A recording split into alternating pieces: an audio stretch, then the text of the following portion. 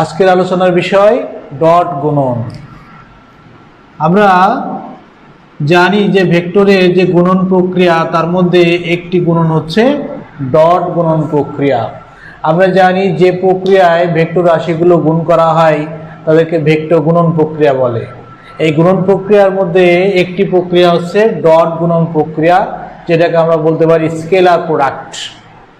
তো দুইটা ভেক্টর রাশি যদি আমরা গুণ করি এবং গুণফল যদি একটা স্কেলার রাশি হয় তাহলে সেই গুণকে আমরা বলতে পারবো ডট গুণন বা স্কেলার গুণন। ধরা যাক এ এবং বি দুইটি ভেক্টর। তো এই দুইটা ভেক্টরকে যদি আমরা গুণ করি তাহলে আমরা পাবো এ বি কস থিটা। এই যে গুণনের যে প্রক্রিয়া, দুইটা ভেক্টর রাশি গুণ করছি এবং আমি এ পাশে যেটা পাবো সেটা হচ্ছে একটি মান পাবো, কোনো একটা ভেক্টরের মান পাবো।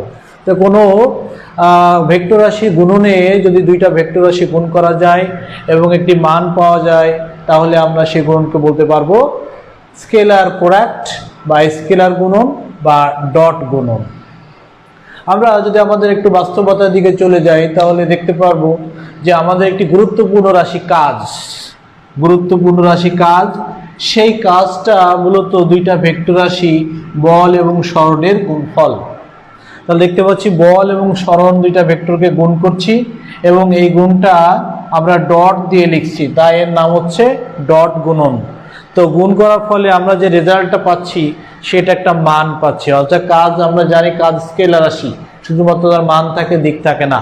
সুতরাং ডট গুণনের ফলে আমরা যেটা পাচ্ছি সেটা হচ্ছে কাজ, অর্থাৎ স্কেলার রাশি পাচ্ছি। সুতরাং আমরা বলতে পারি যে ভেক্টর গুণন প্রক্রিয়ায় দুইটা ভেক্টর রাশি গুণ করলে স্কেলার রাশি পাওয়া যায় তাকে আমরা বলতে পারবো ডট গুণন বা স্কেলার গুণন। আমরা একটা চিত্র আঁকাবো, একটা চিত্র আঁকে সেখান থেকে আমরা এ বিষয়ে একটু ধারণা নেব। ধরলাম এ বরাবর একটা ভেক্টর কাজ করছে বি, এর সাথে থিটা কোণে একটা ভেক্টর কাজ করছে বি। তাহলে এ এবং বি দুইটা ভেক্টরের মধ্যবর্তী কোণ থিটা। তাহলে যদি আমি ডট গুণন করতে চাই A dot B equal A B cos theta, তাহলে দেখতে পাচ্ছি যে দুইটা ভেক্টর রাশি ডট গুণফলের মান ওই ভেক্টর দ্বয়ের মান এবং মধ্যবর্তী কোণের কোসাইনের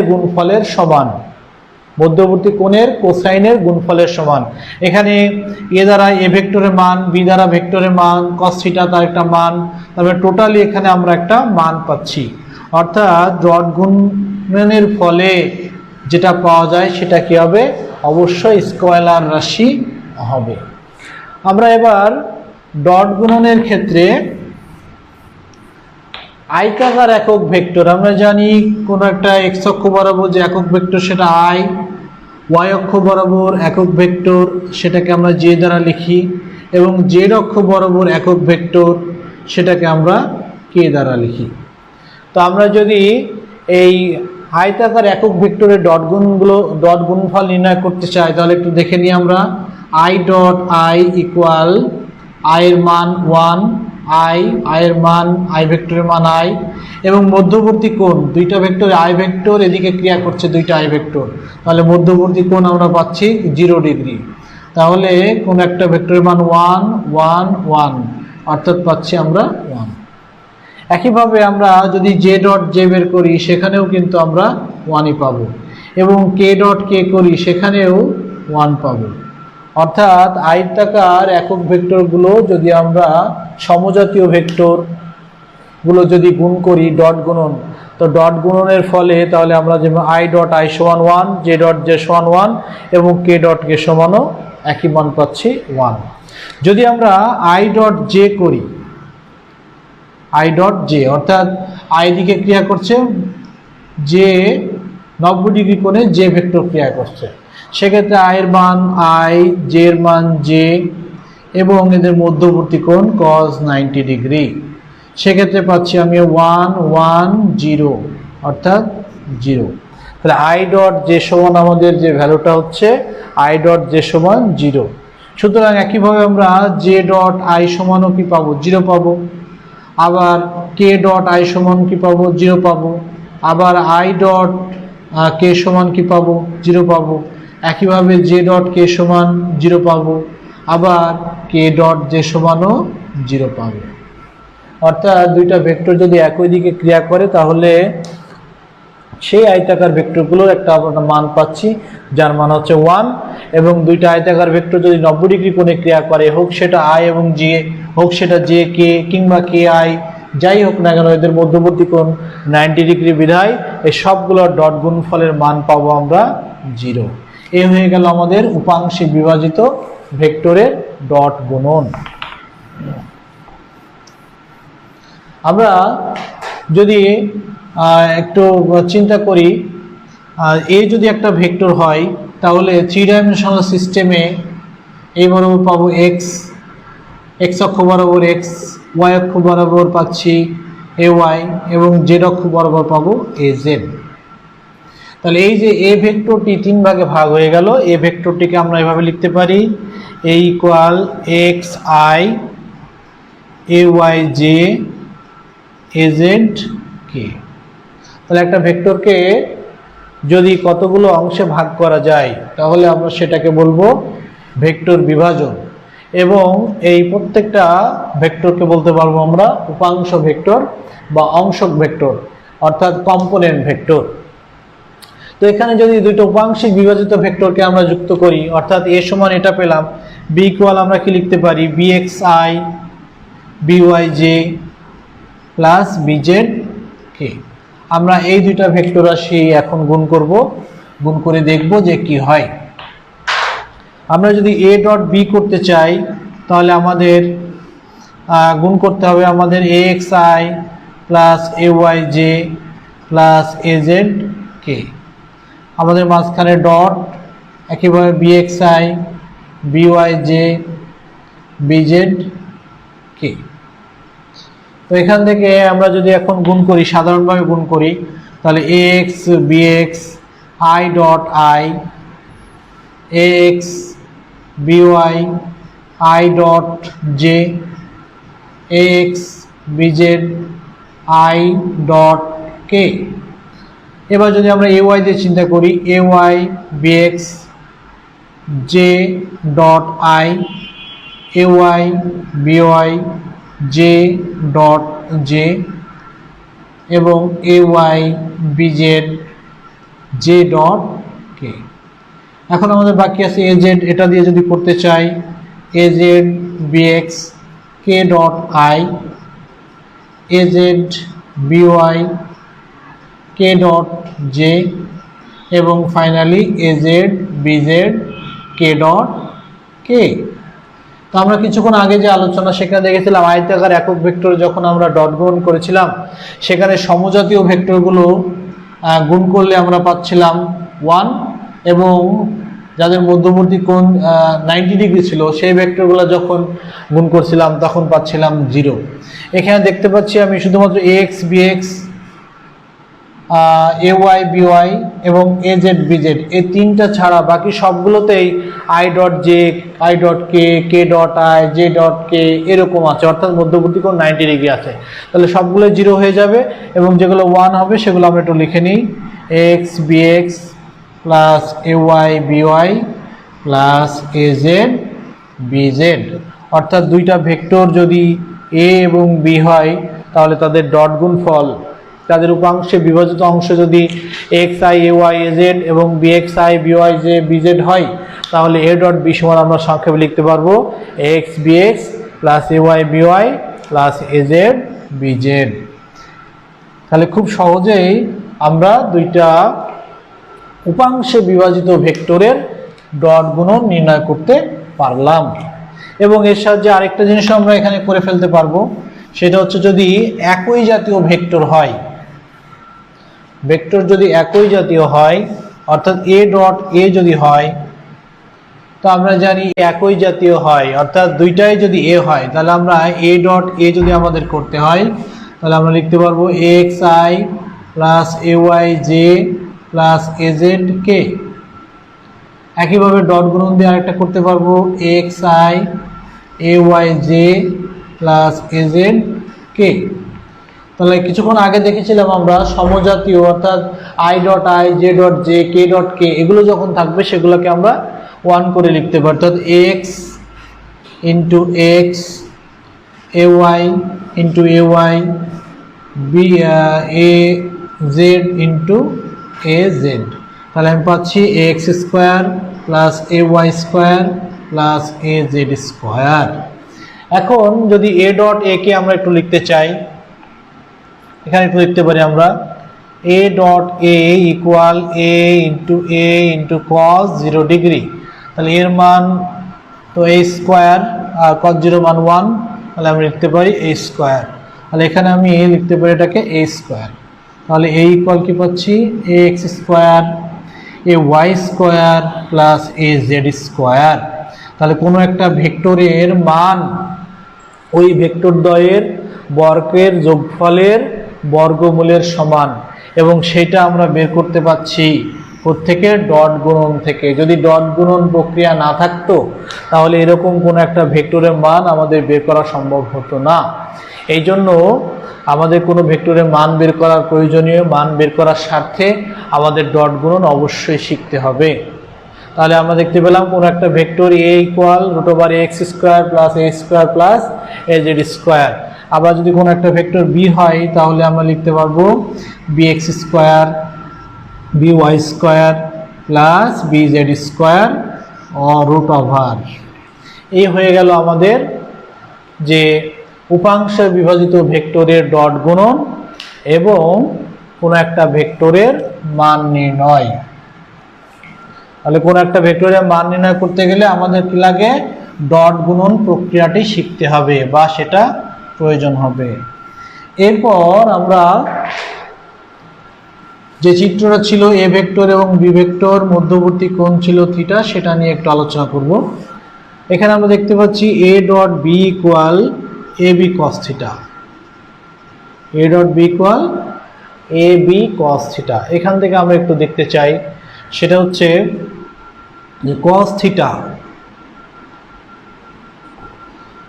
এখানে আমাদের কতগুলো বিষয় ব্যবহার করব। এখানে দেখতে পাচ্ছি দুইটা ভেক্টর এ এবং বি থিটা কোণে ক্রিয়া করছে। যখন ভেক্টর দুটি একই দিকে ক্রিয়া করবে, অর্থাৎ এ ভেক্টর এদিকে, বি ভেক্টরটা যদি এই দিকে ক্রিয়া করে, একই দিকে ক্রিয়া করে, তাহলে আমরা জানি একই দিকে ক্রিয়া করলে থিটা ইকুয়াল 0 ডিগ্রি হয়, থিটা ইকুয়াল 0 ডিগ্রি। তো থিটা ইকুয়াল যদি 0 ডিগ্রি হয় তাহলে A dot B equal A B cos 0 degree. তো এ বি এর মান, এ বি কস এর মান 1, তাহলে এ ডট বি সমান কি পেলাম এ বি। অর্থাৎ দুইটা ভেক্টর যখন একই দিকে ক্রিয়া করে, দুইটা ভেক্টর, আবারও বলছি, দুইটা ভেক্টর যখন একই দিকে ক্রিয়া করে তখন তাদের ডট গুণফলে হবে ওই ভেক্টর দ্বয়ের মানের গুণফলের সমান। দুইটা ভেক্টরের মান তার গুণফলের সমান। এবার দেখো দুইটা ভেক্টর এ ভেক্টরের দিকে কাজ করছে, বি ভেক্টরটা যদি থিটা কোণের ক্রিয়া না করে 90 ডিগ্রিতে ক্রিয়া করতো তাহলে কি হতো? থিটা ইকুয়াল যদি 90 ডিগ্রি হয় তাহলে আমরা লিখতে পারবো A dot B equal A B cos 90 degree.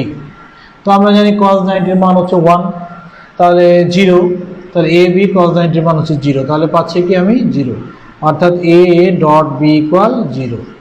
তাহলে দুইটা ভেক্টরের ডট গুণফল 0 হচ্ছে কখন?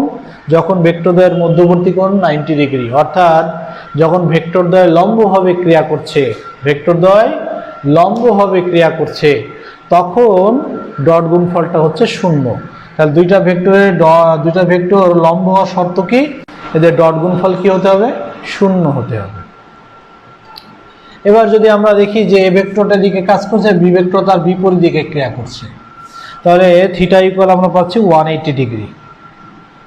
যদি দুটি ভেক্টরের মধ্যবর্তী কোণ যদি 180 ডিগ্রি হয়, অর্থাৎ এ ভেক্টর এদিকে ক্রিয়া করছে এবং বি ভেক্টর এদিকে ক্রিয়া করছে, পরস্পর বিপরীত দিকে ক্রিয়া করছে, সেই ক্ষেত্রে আমরা A dot B equal A B cos 180 degree লিখতে পারবো। এবং আমরা জানি কস 180 এর মান -1, সেই হিসেবে আমরা পাবো -ab। অর্থাৎ দুইটা ভেক্টর যখন বিপরীত দিকে ক্রিয়া করবে এ ভেক্টরের দিকে ক্রিয়া করবে, বি ভেক্টরের দিকে ক্রিয়া করবে, তখন তাদের মধ্যবর্তী ডট গুণফলের মান হবে ওই ভেক্টর দুটির মানের গুণফলের ঋণাত্মক গুণফলের সমান, ওই ভেক্টর দুটির মানের ঋণাত্মক গুণফলের সমান। এই হয়ে গেল আমাদের দুইটা ভেক্টর যদি বিভিন্ন কোণে ক্রিয়া করে তাহলে তাদের মধ্যবর্তী যে ডট গুণফল সেই ডট গুণফলের মানটা কখন কি হবে। তো এখান থেকে আরেকটা জিনিস আমরা বের করে ফেলেছি, মধ্যবর্তী কোণ পেয়েছি। এখন আমরা দেখব লম্ব অভিক্ষেপের একটা ধারণা দেব। আমরা এখান থেকে পাচ্ছি A dot B equal A B cos theta. তো সেখানে আমরা যদি এ কস থিটা লিখতে পারি, A B cos theta equal A dot B, তাহলে A cos theta equal A dot B divided by B. এখানে যে বিষয়টা সেটা হচ্ছে এই বরাবর এ ভেক্টর ক্রিয়া করেছে, এই বরাবর বি ভেক্টর ক্রিয়া করছে, মধ্যবর্তী কোণ থিটা। এই ভেক্টরটাকে যদি আমরা, এই ভেক্টরটা বি ভেক্টরটা যদি দুই ভাগে ভাগ হয়ে যায় বা এ ভেক্টরটা যদি দুই ভাগে ভাগ হয়ে যায়, তাহলে একটা ভাগ যদি আমরা চিন্তা করি, একটা ভাগ যদি এই বরাবর হয় বি কস থিটা অনুভূমিক উপাংশ, আর একটা হবে এই বরাবর অর্থাৎ বি সাইন থিটা। তাহলে এ বরাবর বি এর একটা অংশ আছে এখানে, সেটা হচ্ছে বি কস থিটা, এবং এই বরাবর একটা অংশ আছে বি সাইন থিটা। তো আমরা এখন চিন্তা করছি এ বরাবর, এ ভেক্টর বরাবর বি এর অংশটুকু কি, সেই হিসেবে আমরা পেয়ে গেছি বি কস থিটা। একইভাবে যদি আমি এ ভেক্টরটা চিন্তা করতে চাই, তাহলে এই অংশে যদি আমার এ কস থিটা থাকে, তাহলে ওর সাথে লম্বভাবে যেটা থাকবে সেটা হচ্ছে আমাদের এ সাইন থিটা। তাহলে খুব সহজেই আমরা বুঝতে পারলাম যে এ কস থিটা হচ্ছে বি ভেক্টর বরাবর এর অংশ। আমাদের সাইন থিটাটা যেহেতু বিবেচনা বিষয় না এখানে, সুতরাং কস থিটা নিয়ে কাজ করি। তাহলে এখানে যে জিনিসটা দাঁড়ালো, এ কস থিটা হচ্ছে বি ভেক্টর বরাবর এর একটা অংশ। একেই মূলত বলা হয় যে এর লম্ব অভিক্ষেপ, একে বলবো এর লম্ব অভিক্ষেপ। তাহলে আমি দুইটা ভেক্টরের মধ্যে একটা ভেক্টরের লম্ব অভিক্ষেপ এ কস থিটা পেয়ে গেলাম, এ কস থিটা সমান A dot B divide by B. একইভাবে বি এর লম্ব অভিক্ষেপ যদি বলতে হয় তাহলে আমি লিখতে পারবো B cos theta equal A dot B divide by A. তাহলে দুইটা ভেক্টর রাশির ডট গুণফলকে প্রথমটির মান দিয়ে ভাগ করলে যেটা পাচ্ছি আমরা সেটা হচ্ছে আমাদের লম্ব অভিক্ষেপ। তাহলে দুইটা ভেক্টর রাশি ডট গুণফলের কাছ থেকে আমরা লম্ব অভিক্ষেপ সম্পর্কে ধারণা পেয়ে গেলাম। এরপর আমরা দেখব যে ভেক্টরের ডট গুণনটা A dot B equal A B cos theta. এই যে ডট গুণন, এটা কতগুলো সূত্র মেনে চলে। তার মধ্যে একটি সূত্র হচ্ছে বিনিময় সূত্র। কি সূত্র? বিনিময় সূত্র। যদি আমাদের এ ডট বি হয় তাহলে আমরা লিখতে পারবো বি ডট এ, অর্থাৎ ডট গুণন বিনিময় সূত্র মেনে চলে। কারণ এ ডট বি এর ভ্যালু হচ্ছে এ বি কস থিটা, আবার বি ডট বি এর ভ্যালু হচ্ছে বি এ কস থিটা। তো বি এ কস থিটাকে আমরা এ বি কস থিটা আকারেও লিখতে পারবো, অর্থাৎ ডট গুণন বিনিময় সূত্র মেনে চলে। এরপর আমরা আরেকটা সূত্র দেখব, বন্টন সূত্র। যদি আমাদের এমন হয় A dot B plus C, তাহলে এখানে আমরা লিখতে পারবো A dot B plus A dot C, অর্থাৎ ডট গুণন বন্টন সূত্র মেনে চলে। ডট গুণন বন্টন সূত্র মেনে চলে। তাহলে এতক্ষণ পর্যন্ত আমরা ভেক্টর চ্যাপ্টারের যে ভেক্টরের গুণনের যে প্রক্রিয়া, তার গুরুত্বপূর্ণ একটা অংশ ছিল স্কেলার গুণন বা ডট গুণন। সেই গুণ প্রক্রিয়া নিয়ে আমরা আলোচনা করলাম। আশা করি এই ক্লাসের বিষয়গুলো তোমরা বুঝতে পেরেছো, এবং যদি এইগুলো ভালোভাবে বুঝতে পারো, অনুধাবন করতে পারো, তাহলে এই চ্যাপ্টারের গাণিতিক সমস্যা সমাধান করতে পারবে। ধন্যবাদ।